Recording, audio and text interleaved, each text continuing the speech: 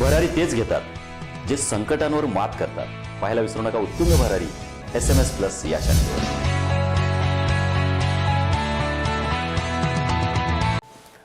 नमस्कार. उत्तुंग भरारी या कार्यक्रमामध्ये आपल्या सर्वांचं हार्दिक स्वागत आहे. मित्रहो, उत्तुंग भरारी या सदरामध्ये आज एक असं व्यक्तिमत्व आपल्या स्टुडिओमध्ये आलेलं आहे. वैद्यकीय क्षेत्रातील एक प्रसिद्ध मणका विकारतज्ञ म्हणजे डॉक्टर हिमांशू कुलकर्णी, की जे गेले 3 वर्ष Shraddha surgical and accident hospital civil हॉस्पिटलजवळ सांगली इथं GS कुलकर्णी हॉस्पिटलमध्ये ते सेवा देत आहेत. आणि डॉक्टरांचेच सुपुत्र हे की प्रसिद्ध स्पाईन सर्जन म्हणून ज्यांची ख्याती आहे.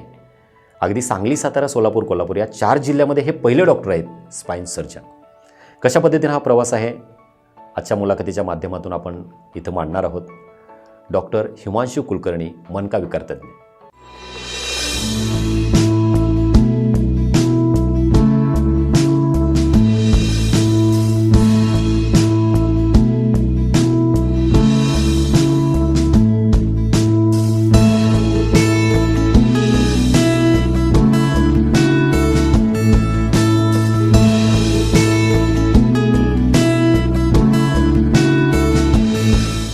नमस्कार डॉक्टर. नमस्कार समजावे सर.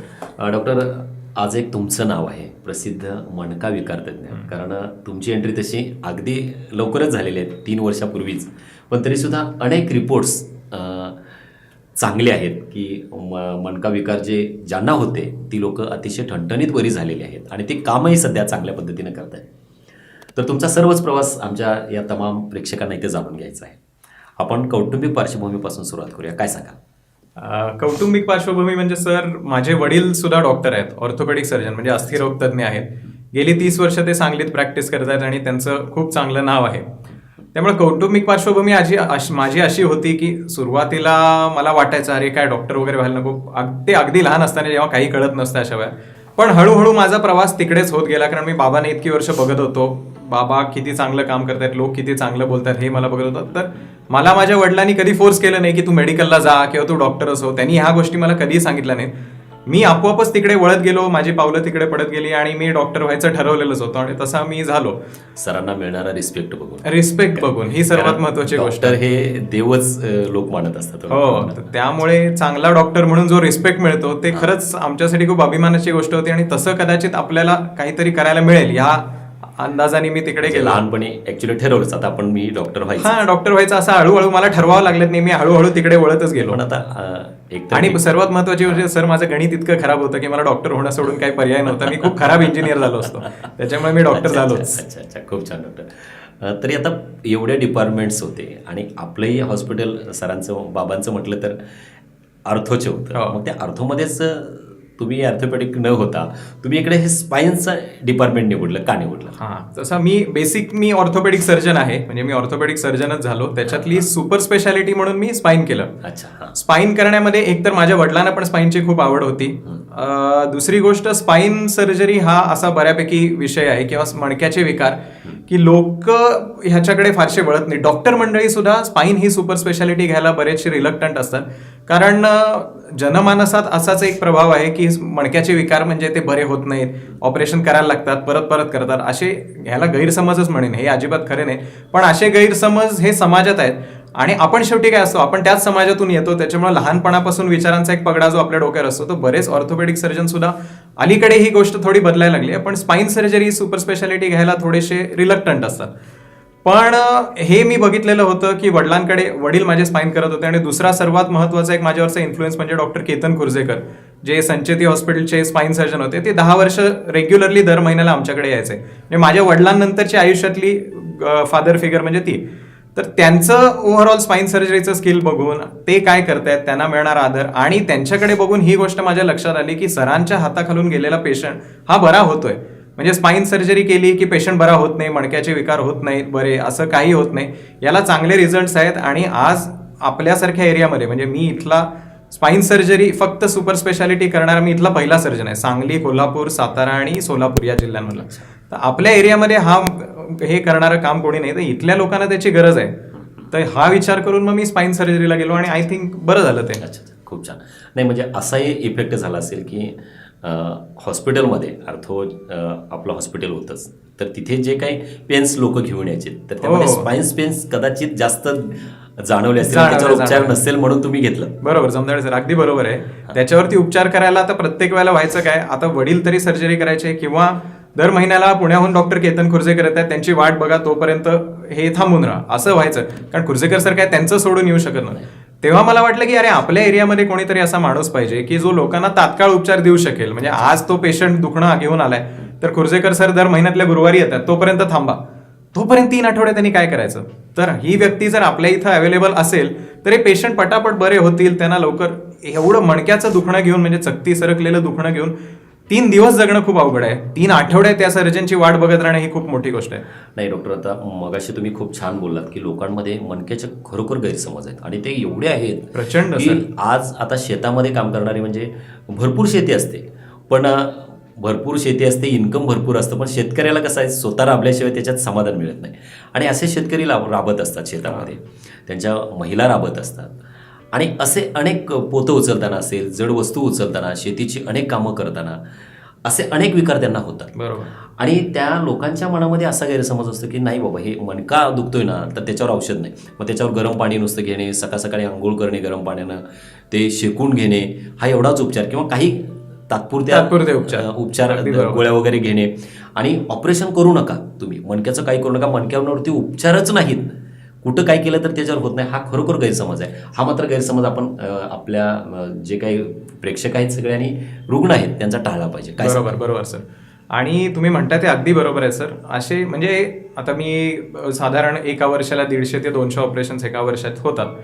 आजवर गेल्या 3 वर्षात असा एकही पेशंट नाही की ज्याला मी ऑपरेशन सांगितलंय आणि त्यांनी हे सगळं मला विचारलेलं नाही. म्हणजे तो कुठलाही क्लासचा असतो, अगदी उच्चभ्रू असो किंवा अगदी तळागाळातला पेशंट असो, तो गैरसमज हा पेशंट हमखास मला हे विचारतोस की सर ते आमच्या कोणतरी एक होतं, त्यांचं ऑपरेशन झालं आणि ते पेशंट कायमचा झोपून राहिला, पेशंट कामातून गेला, ते मणक्याचं ऑपरेशन म्हणलं की आम्हाला भीती वाटते. हे गैरसमज प्रचंड प्रमाणात आहेत.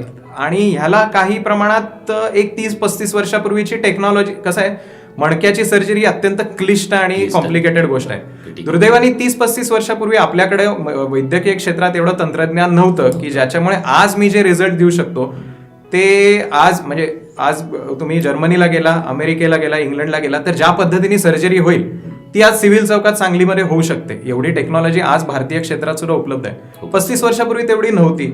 त्याच्यामुळं होतं कसं, काही जे सुरुवातीला सब ऑप्टिमम म्हणजे म्हणावे तितके चांगले रिझल्ट मणक्याच्या सर्जरीला मिळत नव्हते. आणि होतं कसं, आपल्याकडे वाईट गोष्टीची चर्चा भरपूर होते. म्हणजे जर 100 पेशंट चांगले झाले तर, आणि 100 पेशंट ऑपरेशन आपण केलं 100 लोकांचं, एक पेशंटच्या ऑपरेशनमध्ये काहीतरी प्रॉब्लेम आला, त्याला हवा तसा रिझल्ट मिळाला नाही, तर तो एकच असतो की जो कामाला नसतो, तो पारावर बसून गप्पा मारत असतो. बाकीचे 99 आपल्याला कामाला गेलेले असतात, त्यांना काही गप्पा मारायला वेळ नसतो. तो सगळीकडे चर्चा करतो, अरे मग ते असं झालं, मग माझ्या पायातून निकामी झालं, मग बसून आहे. आमची एक आजी होती, सगळ्या सर मी सांगतो सगळ्या पेशंटची एक कोणीतरी शेजारची आजी असते. ही कोण शेजारची आजी आहे याचा आजवर मला शोध लागलेला नाही, पण सगळ्यांची एक शेजारची आजी असते. त्या आजीचं ऑपरेशन झालं, ती आजी झोपून आहे. आता प्रत्येकाचा आजार कुठल्या लेवलला आल्यानंतर त्यांनी ऑपरेशन केलं, म्हणजे तो अगदी दुर्धर झाल्यानंतर आजारातून नंतर ऑपरेशन केलं तर अर्थातच त्याच्यामध्ये म्हणावे तसे रिझल्ट मिळणार नाही. पण त्या एका आजीचं उदाहरण देऊन आपण आपला आजार अंगावर काढायचा का आणि आपण ते दुखणं सहन करायचं का, हे ज्यांनी त्यांनी ठरवायला पाहिजे. आज आपल्याकडे नशिबाने असं तंत्रज्ञान उपलब्ध आहे की तुम्ही आज मी सकाळी सर्जरी केली तर संध्याकाळी तुम्ही चालू शकता आणि दुसऱ्या दिवशी घरी जाऊ शकता. मणक्याची सर्जरी, स्पाइन सर्जरी, की ज्याच्यासाठी लोकांना असं वाटतं की मणक्याचं ऑपरेशन झालं की महिने झोपून राहायला लागतं. ही महिन्याची गोष्ट आता तासावर आलेली आहे. काही तास फक्त पेन कमी होईपर्यंत संध्याकाळी तुम्ही चालू शकता, दुसऱ्या दिवशी घरी जाऊ शकता. इथपर्यंत टेक्नॉलॉजी आली. खूप छान डॉक्टर. तर हे गैरसमज आय थिंक बऱ्यापैकी त्याला फारसं महत्वाचं कमी व्हायला पाहिजे सर. आता तुम्ही जर्मनीचं म्हटलात की जर्मनी आणि जपान सारखे एवढी टेक्नॉलॉजी आपल्याकडे उपलब्ध आहे. हो सर. ही खूपच म्हणजे आपल्या सांगलीकरांसाठी आनंददायी बातमी आहे नक्कीच. पण अजूनही आपल्या सांगली मिरजेचे लोक, आता सांगली मिरज तशी आरोग्य पंढरी म्हटली जाते, पण तरी सुद्धा काही लोकांकडे ज्यांच्याकडे पैसे आहेत, तो म्हणतो की मला मुंबईला उपचार करायचे, मला दिल्लीला उपचार करायचे, मला पुण्याला जायचं आहे, अजूनही लोक म्हणतात काय. बरं, मग तिकडची टेक्नॉलॉजी आणि आपल्याकडची याच्यामध्ये आता काय फरक जाणवतो? सध्या ऍक्च्युली काहीच फरक नाही. म्हणजे आज संचेती हॉस्पिटलच्या ऑपरेशन थिएटरमध्ये जे उपलब्ध आहे ते आपल्याकडे सर्व गोष्टी उपलब्ध आहेत. बरोबर. अच्छा. तर ह्याच्यामध्ये शेवटी असं असतंच की काय अरे मुंबईला गेलं म्हणजे खूप छान झालं, पुण्याला गेलं छान. आता ती मेंटॅलिटी मोठ्या शहरांकडचा ओढा ही गोष्ट कदाचित आपण बदलू शकणार नाही. कारण आम्ही बऱ्याच वेळेला डॉक्टर लोक पण ही चर्चा करतो की आपण असं जेव्हा म्हणतो की अरे पेशंट पुण्याला जातोय असं म्हणतोय, तर आपण हे विसरतो की तालुक्याच्या प्लेसचा कुठला तरी पेशंट असतो तो इथं कशाला सांगलीला जाऊ असं म्हणून आपल्याकडे पण येत असतो. तर तसं हे होतच राहणार सर कदाचित. जोपर्यंत मोठ्या शहरांकडचा आपला एक वैचारिक ओढा असतो तोपर्यंत असं होणार. पण जर ट्रीटमेंट ही तुम्ही बघत गेला तर तिथे जाऊन होणारी सर्जरी आणि आज आपल्याकडे उद्या तुम्ही अहमदाबादला गेला, पुण्याला गेला, मुंबईला गेला, तिथे होणारी सर्जरी आणि आज सांगलीत होणारी सर्जरीमध्ये काही फरक नाही, गावामध्ये फरक आहे, एवढा आहे. नक्की. पण शेवटी त्रास हा सर्वच आला. तिथे जाऊन रूम घेऊन राहणे, हॉटेलमध्ये राहणे, आणि नातेवाईकांकडे उपचारांची राहणे, कॉस्ट सर, पुणे cost म्हणलं की ते जेवढी, महाग झालं, मुंबई म्हणलं की अजून महाग तेच झालं. ना, प्रवास त्रास, आर्थिक त्रास, मानसिक त्रास, म्हणजे हे सगळंच आहे. हा. तर मित्र हे जरूर ध्यानात ठेवा, ज्यांना ज्यांना असे वेगवेगळे आजार होत आहेत तर त्या लोकांनी आपल्याकडे सांगली मिरजेत हे उपचार उपलब्ध आहेत का नाहीत आणि ते कितपत आहेत, त्याचे रिझल्ट कसे आहेत हे खरोखर ध्यानात घेणं खरंच खरोखर गरजेचं आहे. डॉक्टर, आता गेल्या 3 वर्षामध्ये तुम्ही भरपूर या शस्त्रक्रिया केलेल्या आहेत. हो सर. तर याच्यातले एखादे क्रिटिकल किंवा ज्या व्यक्तीनं तुम्हाला विचारले की डॉक्टर मी बरा होईन का यातून, आणि तो बरा झालेला आहे, अगदी ठणठणीत आहे, अशी किती उदाहरणं आणि काय अशी सांगाल? सर जवळपास सगळीच उदाहरणं आहेत. सगळ्यात महत्वाचं उदाहरण म्हणजे मी सांगलीत आल्यानंतर, म्हणजे मी माझं मणक्याची सगळी सर्जरी म्हणजे पुणे, अहमदाबाद, जर्मनी हे सगळं करून मी 2 वर्षांनी परत आलो. परत आल्यानंतर पहिलं ऑपरेशन जे मी केलं सर, तर मी नाव घेत नाही त्यांचं, तर आज त्यांना स्लिप डिस्क झाली आणि मोठी सक्ती सरकून त्यांचा एक पाय प्रचंड दुखत होता, त्या माणसाला चालता येत नव्हतं. हे झालं 2 तारखेला आणि 11 तारखेला त्यांच्या मुलीचं लग्न होतं. म्हणजे आता ते दुखणं त्यांचं राहिलं बाजूला, तो माणूस एवढा डिप्रेशनमध्ये होता की 11 तारखेला माझ्या मुलीचं लग्न काय आहे, करणार? मला चालता येत नाही आज आणि मी काय करू. तर ते जेव्हा झाले तर साधारण आम्ही 3 तारखेच्या आसपास त्यांचं ऑपरेशन केलं. 3 तारखेला सकाळी त्यांचं जेव्हा ऑपरेशन केलं, 3 तारखेला संध्याकाळी तो माणूस ठणठणीत होता, क्या बात. व्यवस्थित त्याचं दुखणं गेलेलं होतं. 11 तारखेला त्यांनी दिमाखात त्यांचं मुलीचं लग्न करून दिलं आणि त्यांनी मला त्या दिवशी सांगितलं होतं की सर तुम्ही जर लग्नाला आला नाही तर मी लग्न होऊ देणार नाही. अहो सर म्हणलं मी काय नवरा मुलगा नाही आहे सर, माझं काय तिथे काम आहे. ते म्हणले मी माझ्या मुलीच्या लग्नाला जाऊ शकतोय, हे तुमच्यामुळे जाऊ शकतोय, तर तुम्ही असाल तर मी ते लग्न होऊ देणार, नाहीतर मी होऊ देणार नाही. आता डॉक्टरसाठी ही खूप समाधान देणारी गोष्ट असते की पेशंट एवढा खुश आहे आणि तो आपल्या घरात रिझल्ट मिळतो आणि मुलीच्या लग्नासारखी मोठी गोष्ट तो 6व्या दिवशी अटेंड करू शकतो. समाधान याच्यासारखं सर समाधान काही नाही दुसरं. नक्की. डॉक्टर, आता नक्कीच मणक्याचे विकार तुम्ही तसे बरेच लोकांचे पूर्णपणे बरे केलेले आहेत. हो सर. तर असे हे विकार बरे किती केले म्हणजे प्रकारचे? आता शेवटी मी फक्त उपचार करत असतो, बरे करणं आपल्या हातात नसतं, बरा करणारा तो असतो. हो, हो. डॉक्टर हा फक्त एक पेशंट आणि बरा करणारी एक शक्ती, याच्यामधला मीडिएटर आहे असं समजायला हरकत एक नाही. माध्यम म्हणून. एक माध्यम म्हणून. तरी असे किती प्रकारचे आजार या मणक्याच्या स्वरूपामध्ये येतात? सर मणक्याचे बऱ्याच प्रकारचे आजार असतात, पण मणक्याच्या आजारांचं सर असं एक खासियत अशी आहे की माझ्या ओपीडीतले, मणक्याच्या ओपीडीमधले साधारण जर 10 पेशंट आले तर 9 पेशंट हे बिना ऑपरेशनचे बरे होतात. त्याला फक्त वेळेत तुम्ही त्याच्याकडे लक्ष देणं गरजेचं आहे. एकच पेशंट असा असतो की ज्याला जेन्युइनली त्या दिवशी ऑपरेशनची गरज असते ओपीडीत आलेल्या. बाकी 9 लोक असतात ते गोळ्या, औषधं, काही जीवनशैलीतले बदल आणि मणक्याच्या संदर्भातले काही प्रॉपर व्यायाम यांनी सर ते पूर्ण बरे होतात. आता आपल्याकडे भारतीय संस्कृतीमध्ये ओव्हरऑलच व्यायामाकडे बऱ्यापैकी सर उदासीन दृष्टिकोन असतो आपला. आपण काय शाळेत जे आम्ही काम करतो सर, असे किती पेशंट मला सांगतात की व्यायाम पाठीचे करायचं, मी शेतात काम करतो. आता मी लोकांना कायम उदाहरण देतो, जर तुम्हाला उद्या पैलवान व्हायचं असेल तर तुम्ही शेतातल्या कामाने पैलवान होणार का? पैलवानकीसाठी तुम्हाला वेगळे व्यायाम करायला लागतील, तसे मणक्यासाठी वेगळे व्यायाम करायला लागतील.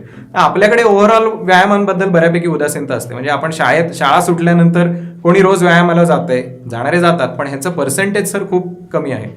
तर हे व्यायामांची ओव्हरऑल उदासीनता असल्यामुळे लोक ह्या गोष्टींकडे फार लक्ष देत नाहीत. गोळ्या घेतल्या, तात्पुरत्या बरे झाले आणि परत हे दुखणं उद्भवलं, असं खूप होतं. तर ते मणक्याच्या संदर्भातले व्यायाम जर रुटीनली केले तर सर ओपीडी मध्ये आलेले 10 पैकी 9 पेशंट हे बिना ऑपरेशन व्यवस्थित बरे होतात. एखादा पेशंट असतो ज्याला सर्जरी लागते. खूप छान. हिमांशू डॉक्टर, खूपच छान. म्हणजे नक्कीच आमच्या सर्व प्रेक्षकांची किंवा रुग्णांची ही शंका तुम्ही नक्कीच मिटवलेली आहे. तरी पण हे आजार कशा प्रकारे होतात? म्हणजे लोकांच्या मग चालण्याचे असतील, बसण्याचे असतील, अशा वेगवेगळ्या पद्धती असतील आणि त्यामुळे हे मणक्याचे विकार होत असतील, बरोबर. किंवा त्याची लक्षणं किंवा हे कशामुळे होतात, काय सांगा? सर याची कारणं 2-3 आहेत. पहिली गोष्ट की आता बऱ्याच रिसर्च नंतर, बऱ्याच संशोधनानंतर असं लक्षात आलंय की तुमची मणक्याची चकती सरकणे हे बऱ्यापैकी तुमच्या जेनेटिक्सवर किंवा तुमच्या शरीरातल्या जिनोम्सवर बऱ्यापैकी अवलंबून असतं. त्यामुळे काही वेळेला असं होतं की आयुष्यभर जिममध्ये काम करणारा किंवा आयुष्यभर सायकलिंग करणारा फिट माणूस आहे तरी सुद्धा त्याला चकती सरकते. तर बऱ्याच वेळेला त्याचा दोष फारसा नसतो. त्याच्या जेनेटिक्समध्ये असं असतं की ह्या माणसाची चकती कधी ना कधी सरकणार, अशी शरीराची जडणघडण असते. पण हे झालं बऱ्यापैकी अनकॉमन किंवा फार कॉमन नसलेलं कारण. अदरवाईज कॉमन कारण म्हणजे आपली महत्वाची जीवनशैली. आता ह्याच्यामध्ये मी मगाशी म्हणालो तसं व्यायाम हे तुमचे पाहिजे. जर तुमची सिडेंटरी लाईफस्टाईल असेल किंवा बसून काम आहे, मी काहीच काम बाकी व्यायाम करत नाही, मी कुठलाही छंद म्हणून खेळत नाही, जिम करत नाही, स्विमिंग करत नाही, अशा लोकांचे कोअर मसल्स म्हणजे मणक्याला आधार देणारे जे स्नायू असतात त्यांना कधी काही काम लागलेलं नसतं. त्याच्यामुळे हे वीकच असतात किंवा ते कमकुवतच असतात. तर अशा व्यक्तीला एखाद्या वेळेला काहीतरी खालून जोरात वजन उचललं किंवा एखादा प्रवास करताना हादरा बसला, अशा वेळेला त्या डायरेक्ट जो काही लोड येणारा असतो तो डायरेक्ट मणक्यावर येतो, कारण बाजूला सपोर्ट करणारे जे स्नायू असतात ते तेवढेच कमकुवत असतात. तर अशा वेळेला ह्या लोकांना स्लिप डिस्क होऊ शकते. त्याच्यामुळे मी परत हे सांगतो, मी बऱ्याच चर्चासत्रांमध्ये सुद्धा हे सांगतो की रोजच्या एखाद्या व्यायामाची सवय ही तुम्ही लावून घेतली पाहिजे. मग तो तुमच्या आवडीचा कुठलाही व्यायाम असेल, मग भले तो तुम्ही सायकलिंग करा, तुम्ही रनिंग करा, जिमला जावा, स्विमिंग करा, कुठलंही चालेल, पण तुमच्या शरीराचे जे स्नायू आहेत, स्पेशली तुमच्या मणक्याच्या बाजूचे स्नायू, हे कायम चांगल्या टोनमध्ये म्हणजे चांगल्या ताकदवान अवस्थेत राहिले पाहिजेत. याच्यासाठी तुम्ही जिममध्ये जाऊन प्रत्येक वेळेला तुम्ही बल्क होऊन पैलवान झाला पाहिजे असं नाही, पण नॉर्मल टोन सुद्धा चांगला असतो जे आपल्या लोकांमध्ये नसतं. आणि आपले लोक समजतात मी रोजचं काम करते. आता गृहिणी कितीतरी सांगतात सर मी रोज भांडी घासते, रोज काम करते, एवढं मग अजून काय व्यायाम करायचा. रोजचं काम ही तुमच्या शरीराला झालेली सवय असते. तुम्ही साधी गोष्ट सांगतो, तुम्ही जर पळायला गेला तर पहिल्या दिवशी तुम्हाला 2 किलोमीटर पळताना जेवढा त्रास होईल तेवढा तुम्हाला 2 महिन्यांनी नाही होणार. 2 महिन्यामध्ये 2 किलोमीटर ही तुमच्यासाठी अत्यंत किरकोळ गोष्ट असेल. तसंच रोजचं तुम्ही जे काम करता, मग गृहिणी बाकीचं काम करू देत किंवा पुरुष काय शेतातली कामं करू देत, तर ती रोजची कामं ही तुमच्या शरीराला झालेली सवय आहे. शरीर त्याला व्यायाम म्हणून पकडत नाही. तर व्यायाम म्हणून काहीतरी वेगळं करणं गरजेचं आहे. नाहीतर ह्या स्लिप डिस्कचे प्रॉब्लेम जे आहेत, मणक्याचे विकार आहेत, मणके झिजणे, स्लिप डिस्क होणे, या गोष्टी खूप लवकर वयात चालू होतात. अच्छा, तरी पण अशा पद्धतीनं आता बऱ्याच जणांना छोटे छोटे प्रॉब्लेम्स थोडे असतात सर. तर ते काही व्यायाम प्रकाराच्या माध्यमातून सुद्धा बरे होतील. हो, बरे होतात सर. तर असे व्यायाम प्रकार काय सांगू शकाल का? व्यायाम प्रकार सर आपण बघू पण शकतो. आपण थोडे इकडे बघूया. एक सर्वात महत्वाची गोष्ट मी व्यायाम प्रकार दाखवायच्या आधी सांगू इच्छितो की प्रत्येकाचं मणक्याचं दुखणं हे वेगळं असतं. आता काही व्यायाम प्रकार कुणी शक्यतो करावेत की ज्यांना काही दुखणं नाही आणि जे काहीतरी व्यायाम चालू करायला पाहिजे त्रास होऊ नये म्हणून, त्यांनी हे व्यायाम चालू करायला काहीच हरकत नाही. पण ज्यांना एखाद्या प्रकारचं दुखणं आहे तर प्रत्येक दुखणं वेगळं असतं आणि प्रत्येक दुखण्यामध्ये काही प्रकारचे व्यायाम प्रकार हे वर्ज्य असतात की ज्यांनी हे व्यायाम केले तुम्ही ह्याच्यातले काही, म्हणजे वेगवेगळ्या प्रकारच्या दुखण्यांमध्ये वेगवेगळे व्यायाम वर्ज्य असतात. तुम्ही रुटीन सगळे व्यायाम केले, रुटीन योगासनं केली तर त्याच्यामुळे तुमचं दुखणं वाढण्याचा संभव असतो. त्याच्यामुळे ज्यांना मणक्याचं दुखणं ऑलरेडी असेल त्यांनी हे व्यायाम कायम तज्ज्ञ फिजिओथेरपिस्टचा सल्ला घेऊनच करावेत. त्याशिवाय ह्यातले व्यायाम करू नयेत, कारण हे सगळे तुम्ही केले तर एखादा व्यायाम असा असू शकेल की जो तुमचं दुखणं वाढू शकतो. फिजिओथेरपिस्ट हा त्यातला तज्ज्ञ असतो, त्यातला स्पेशालिस्ट असतो. काय करू नये हे त्यांनी सांगणं खूप महत्वाचं आहे. काय करावं याच्यापेक्षा ज्यांना काही त्रास नाही त्यांनी हे व्यायाम रेग्युलरली सर करायला पाहिजेत. खरोखर मित्र हो, डॉक्टर हिमांशू म्हणतात त्या पद्धतीनं हे व्यायाम तुम्ही केलेच पाहिजेत. कारण स्वतःसाठी वेळ थोडासा काढत चला. शेवटी 24 तास दिवसाचे 24 तास आहेत. आपण किती कमवणार आहे आणि तुम्हाला कुठल्याही मुलीनं सांगितलेलं नाही की बाबा एवढे पैसे कमवा. त्याचा काही विषय नसतो. पण 1 तास मात्र दिवसातला 1 तास 24 तासातला स्वतःच्या व्यायामासाठी करा. खरंय. तो वेळ काढण्यावर असतो. आताच सरांकडून मी तो आदर्श घेतलाय की तुम्ही वेळ किती काढाल याच्यावर. ते वेळ मिळत नाही हे म्हणणं खूप सोपं आहे, पण स्वतःसाठी एक अर्धा तास काढून हे व्यायाम करणं, हे आत्ता तुम्ही अर्धा तास व्यायाम केले तर पुढचं ऑपरेशन नंतर लागणारे 2 महिने कदाचित तुम्हाला रिकवर व्हायला लागले तर ते ह्याच्यातून कव्हर होणार आहेत. असं ते थोडंसं गणित करा, पण रोजचे व्यायाम करायला पाहिजेत. Yes sir. डॉक्टर आता तुम्ही म्हणालात मगाशी की सांगली, सातारा, सोलापूर आणि कोल्हापूर, तर या 4 जिल्ह्यांमध्ये म्हणजे स्पाईन स्पेशलिस्ट म्हणून. हो सर, मी फक्त डेडिकेटेड स्पाईन सर्जरी करणारा मी पहिला चालू. फक्त आपलं हॉस्पिटल तर आहेच, तर हे सोडून तुम्हाला इकडच्या जिल्ह्यांमध्ये जावं लागतं का? जातो मी सर. कोल्हापूरला पण जातो. कोल्हापूरला सगळीकडे ज्येष्ठ ऑर्थोपेडिक सर्जन मंडळी आहेत जी माझी सिनियर आहेत, जी बऱ्याच वर्षापासून चांगलं काम करत आहेत आणि ते मणक्याचं काम पण करतायत. पण फक्त मणका डेडिकेटेड स्पाईन सर्जन असा मी जी आता पुण्या मुंबईमध्ये ह्या गोष्टी आता नॉर्मल आहेत की स्पेशालिस्ट जे आहेत ते त्यांचंच तेवढं काम करतात, बाकी काही करत नाही. हा ट्रेंड हळूहळू आता आपल्या जिल्ह्यांमध्ये पण यायला लागलाय. तर आता ह्यासाठी सर मी साताऱ्याला जातो, मी कोल्हापूरला पण 2 ठिकाणी ओपीडी करतो. कोल्हापूरला सर्जरीजना मला बोलवतात. चांगलं आहे, म्हणजे ह्या एरियामध्ये आपण चांगले रिझल्ट देतोय. आणि सर ह्या मागे सगळ्यात महत्त्वाचं माझं उद्दिष्ट असं आहे की मणक्याच्या सर्जरी ही जी गैरसमज आणि बाधित ब्रँच आहे, ही एकाच गोष्टीने त्यातले गैरसमज कमी होणार आहे. तुम्ही जास्तीत जास्त चांगले रिझल्ट द्या. जर 3 खराब झालेले पेशंट आहेत आणि 300 चांगले झालेले पेशंट आहेत, तर ह्या सर्जरीमध्ये रिझल्ट मिळत नाहीत असं लोक म्हणायचं आपोआपच थांबवणार. तर जेवढं तुम्ही हे तिकडे पसरवू शकाल लोकांकडे बाजूला, तर याचा फायदा असे होईल की ज्या लोकांना आत्ता वाटतं, ज्यांना कॉन्फिडन्स नाही की माझी मणक्याची सर्जरी चांगली होईल, ते लोक अजून खराब होणार नाहीत आणि ते लोक वेळच्या वेळेत उपचार करून घेतील. हे आपल्याला लोकांपर्यंत पोहोचवायचं असं माझं एक एम आहे. नक्की नक्की, बरोबर. मित्र, डॉक्टरांनी खरोखर हा छान सल्ला दिलेला आहे. कारण कसं होतं, 99% जे चांगले असतात ते येतच नाहीत हो, आणि जे वाईट असतं ते लोकांना दिसत असतं आणि ते वाईट माणूसच प्रचार जास्ती करत असतो आणि लोक त्याचा ऐकतात आणि बाकीच्यांकडे दुर्लक्ष करतात. तर तसं न होता रिझल्ट पाहणं हे गरजेचं आहे. आणि असं कोणतंही दुखणं अंगावरती काढू नका. अंगावर काढल्यामुळं तुमचं आयुष्य म्हणजे रोज मरत असतात. रोज खरं. रोज मरण्यापेक्षा लक्षात घ्या, आपण वेळीच जर उपचार करून घेतले तर नक्कीच एक चांगलं आदर्श आणि आनंददायी जीवन आपण नक्कीच जगू शकू. डॉक्टर, आता आपल्या हॉस्पिटलची स्पेशालिटी म्हणजे आता इतरही हॉस्पिटल्स आहेत किंवा आपलं एक वेगळेपण आपण आता काय द्यायला सुरुवात केलेली आहे? वेगळेपण म्हणजे मला मांडण्याचा उद्देश असा आहे की बाबांचं हॉस्पिटल, बाबा तरी 28 वर्ष त्यांनी प्रामाणिकपणे हा व्यवसाय केला, बरोबर. पण आपण वेगळेपण त्याच्यामध्ये काय आणलं? वेगळेपण म्हणजे सर ही स्पाईन सर्जरी ही ब्रांच वेगळी आली. त्यासाठी ऑपरेशन थिएटरमध्ये काही बदल झाले. मायक्रोस्कोप्स आले, नवीन सियाम आले, त्याच्यानंतर बर झाले. हे मणक्याच्या सर्जरीचा ट्रेंड असा आहे. कुठलाही तुम्ही बघाल तर लोकांचा कल असा असतो की सर ते लेझरनी करा, न कापता करा, टाके कमीत कमी पाहिजेत. तर ही गोष्ट आता सर तशीच आहे. म्हणजे प्रत्येकात, आणि असं कसं आहे, हे लोकांपर्यंत आता पोहोचलेलं आहे की सर्जरीज या छोट्यातल्या छोट्या कटमध्ये होऊ शकतात. मला हे सांगायची गरज पडत नाही. लोकच मला विचारतात, सर ते सूक्ष्मदर्शकांनी करणार का, दुर्बीणनी करणार का? तर ह्या सगळ्या गोष्टींचे जे टेक्नॉलॉजी काळानुसार बदलत गेली, जी बाबांच्या कदाचित सुरुवातीच्या काळात नव्हती, त्यांनी हळूहळू ती बदलत आणली होती.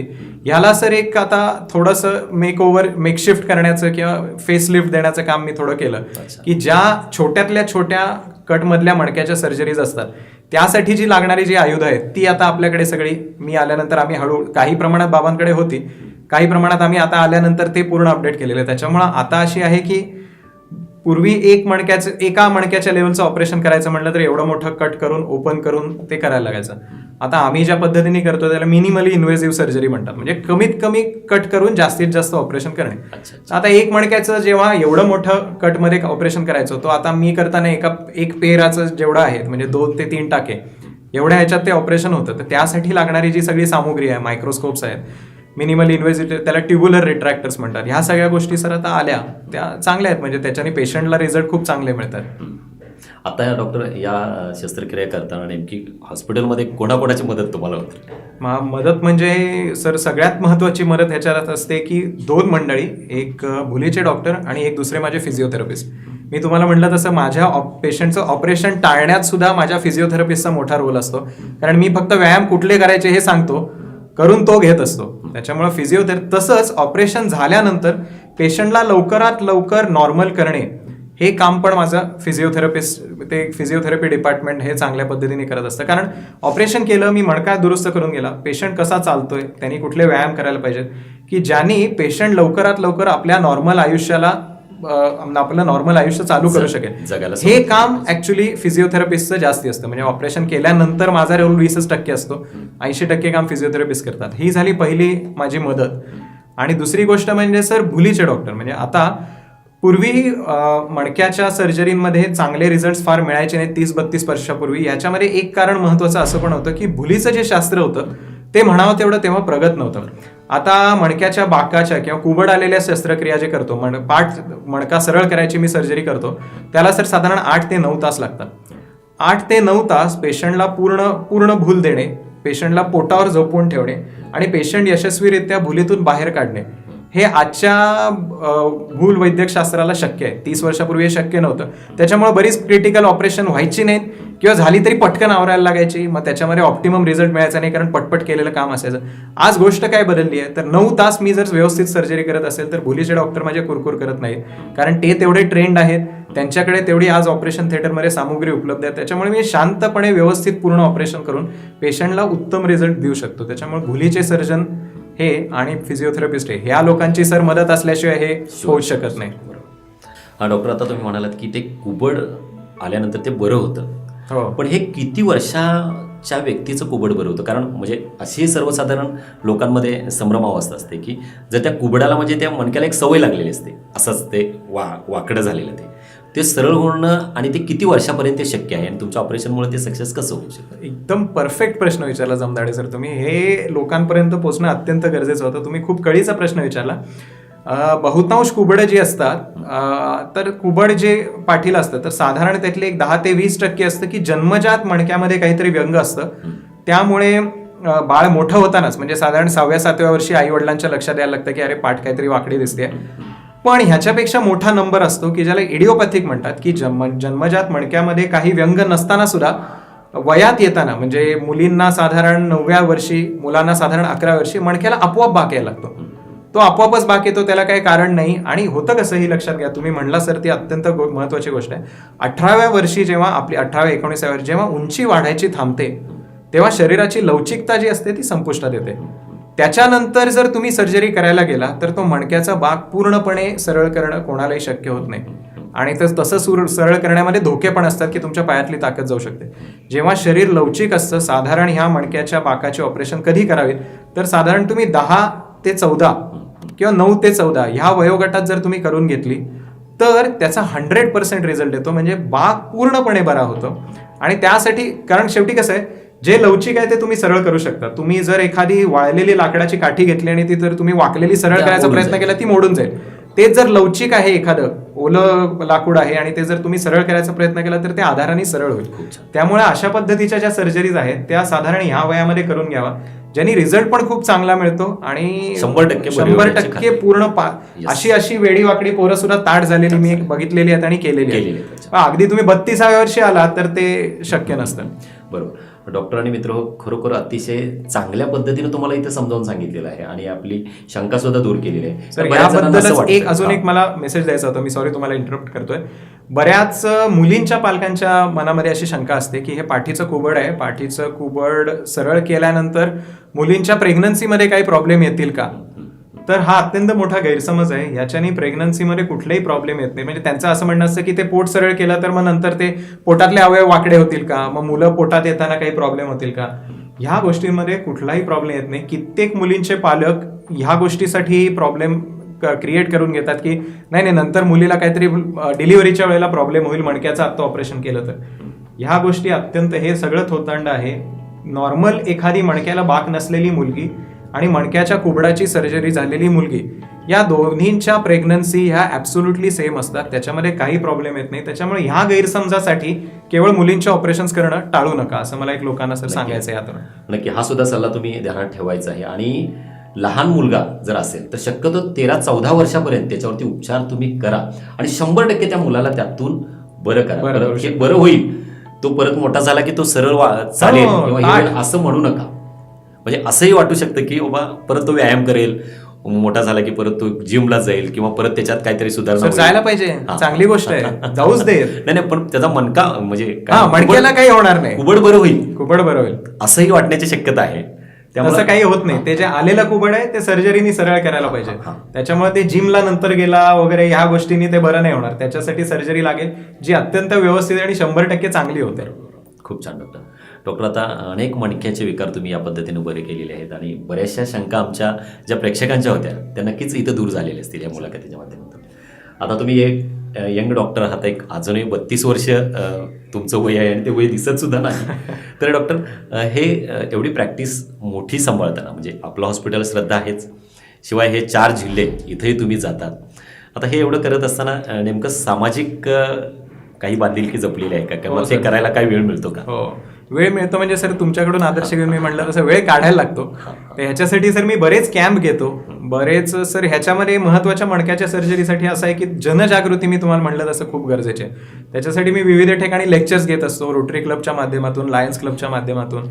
त्याच्यामध्ये त्यानंतर याच्यातल्या काही म्हणजे पेरिफेरीच्या तालुक्यांमधल्या काही शाळा आहेत जिथं मी या पाठीच्या कुबडांसाठीचे काही वर्कशॉप्स घेतो किंवा त्याच्यासाठी स्क्रीनिंग. म्हणजे हे जर त्या वयात मी तुम्हाला म्हणलं तसं त्या वयात हे जर आपल्याला पटकन लक्षात आलं तर ह्या गोष्टींचे उपचार आता करून घेणं की नाही हे शेवटी त्यांच्या हातात आहे. पण हा त्रास आहे, याच्यावर उपचार होऊ शकतात हे जर त्या शाळेतल्या मुलांच्या पालकांपर्यंत जरी पोहोचलं तर ऍटलिस्ट ते त्याच्यावरती विचार करतील.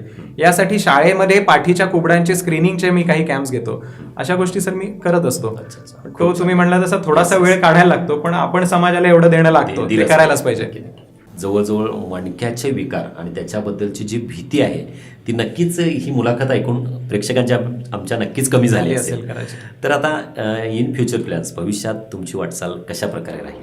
भविष्यात वाटचाल म्हणजे आता सर हे हॉस्पिटल आहे ह्याचंच थोडं एक्सपान्शनचा पण विचार आहे. कोल्हापूर रोडला एक स्पाईन सर्जरीचं सेंटर चालू करायचा विचार आहे. दुसरी गोष्ट सर आता हे आम्ही गेली 2 वर्ष पण करतोय, पण 9 फेब्रुवारीला स्पाईन हब म्हणजे माझं जे स्पाईनचं युनिट आहे त्याचा वर्धापन दिन असतो. तर दर 9 फेब्रुवारीला आम्ही काही सामाजिक कार्यांसाठी काही कॅम्प किंवा फ्री इन्व्हेस्टिगेशन्स अशा काही गोष्टी करत असतो. तर ते पण इथून पुढे दरवर्षी 9 फेब्रुवारीला करायचा आमचा विचार आहे. त्यामुळे लोक त्याचा दर 9 फेब्रुवारीला लाभ घेऊ शकतात. आणि एक महत्वाची गोष्ट म्हणजे मी तुम्हाला म्हणलं तसं सर स्पाईन सर्जरी हे काही मोठा बागुलबुवा नाही. हे लोकांपर्यंत जास्तीत जास्त पोहोचवण्याचा माझा प्रयत्न आहे की लोकांना हे सांगायचं की माझं असं म्हणणं नाही की तुम्ही माझ्याकडूनच ऑपरेशन करून घ्या, कोणाकडूनही करून घ्या, पण ह्या गोष्टीला घाबरू नका, त्याला सामोरं जावा. ह्याचे चांगले रिझल्ट्स येतात तर तुम्ही ते कुठूनही करून घ्या, पण अंगावर काढू नका. अंगावर काढून तुम्ही अशा स्टेजला जर ऑपरेशन करून घेतलं की जिथून आता ह्याच्यानंतर फार काय होणार नाही अशी स्टेज जर आली तर नंतर ऑपरेशन करून फरक पडणार नाही किंवा त्याचा म्हणावा तसा फायदा होणार नाही. त्याच्यामुळे लवकरात लवकर त्याला उपचार करून वेळीच उपचार करून घ्या. हे जास्तीत जास्त लोकांपर्यंत पोहोचवणं हे सर महत्वाचा फ्युचर प्लॅन आहे. नक्कीच डॉक्टर, नक्कीच तुमची उत्तुंग भरारी आहे. कारण आर्थोच्या माध्यमातून जे काही बाबांकडे जे पेन्स घेऊन लोक यायचे आणि स्पाईनच्या माध्यमातून जे त्यांचा जो दर्द असायचा आणि तो दर्द ओळखून तुम्ही स्पाईन स्पेशालिस्ट झालात आणि अनेक रुग्णांना तुम्ही सेवा दिलीत, बरे केलेला आहात. तर जाता जाता लाखो प्रेक्षक आमचे हा कार्यक्रम पाहतायत, त्यांना एक शेवटचा संदेश तुम्ही काय सांगाल? शेवटचा संदेश म्हणजे सर मणक्याच्या बद्दल मी ऑलरेडी सांगितलेलं आहे की ह्याबद्दल काळजी करू नका, ह्याचे उपचार उपलब्ध आहेत, तर न घाबरता ते उपचार करून घ्या.